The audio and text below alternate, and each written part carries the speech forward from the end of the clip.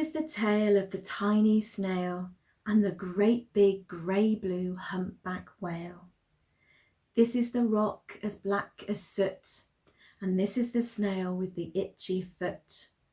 The sea snail slithered all over the rock and gazed at the sea and the ships in the dock. And as she gazed, she sniffed and sighed. The sea is deep and the world is wide. How I long to sail, said the tiny snail. These are the other snails in the flock, who all stuck tight to that smooth black rock, and said to the snail with the itchy foot, "Be quiet, don't wriggle, sit still, stay put." But the tiny sea snail sighed and sniffed, then cried, "I've got it, I'll hitch a lift." This is the trail of the tiny snail, a silvery trail that looped and curled and said, "Lift wanted around the world." This is the whale who came one night when the tide was high and the stars were bright. A humpback whale immensely long, who sang to the snail a wonderful song of shimmering ice and coral caves and shooting stars and enormous waves. And this is the tale of the humpback whale. He held it out of the starlit sea and said to the snail, "Come sail with me." This is the sea so wild and free that carried the whale and the snail on his tail to towering icebergs and far-off lands. With fiery mountains and golden sands. These are the waves that arched and crashed, that foamed and frolicked and sprayed and splashed the tiny snail on the tail of the whale.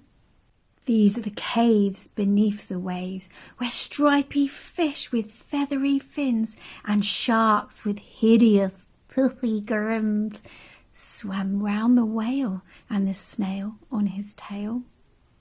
This is the sky so vast and high, sometimes sunny and blue and warm, sometimes filled with a thunderstorm, with zigzag lightning flashing and frightening the tiny snail on the tail of the whale. And she gazed at the sky, the sea, the land, the waves and the caves and the golden sand. She gazed and gazed, amazed by it all. And she said to the whale, "I feel so small." But then came the day the whale lost his way.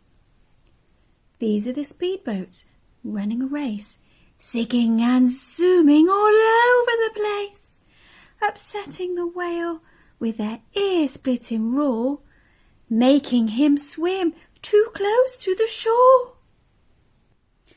This is the tide slipping away. And this is the whale lying beached in the bay. "Quick, off the sand, back to sea," cried the snail. "I can't move on land, I'm too big," moaned the whale. The snail felt helpless and terribly small. Then, "I've got it," she cried and started to crawl. "I must not fail," said the tiny snail. This is the bell on the school in the bay, ringing the children in from their play.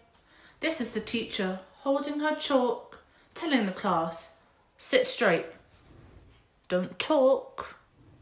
This is the board as black as soot, and this is the snail with the itchy foot. "A snail, a snail," the teacher turns pale. "Look," say the children, "it's leaving a trail."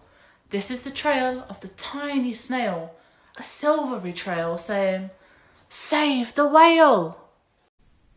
These are the children running from school, fetching the firemen, digging a pool, squirting and spraying to keep the whale cool.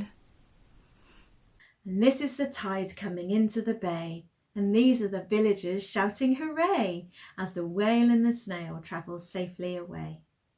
Back to the dock and the flock on the rock, who said, "How time's flown, and haven't you grown?"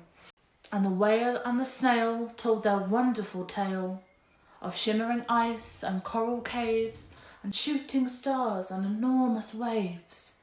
and of how the snail, so small and frail, with her looping, curling, silvery tail, saved the life of the humpback whale. Then the humpback whale held out his tail, and on crawled snail after snail after snail. And they sang to the sea as they all set sail on the tail of the grey-blue humpback whale.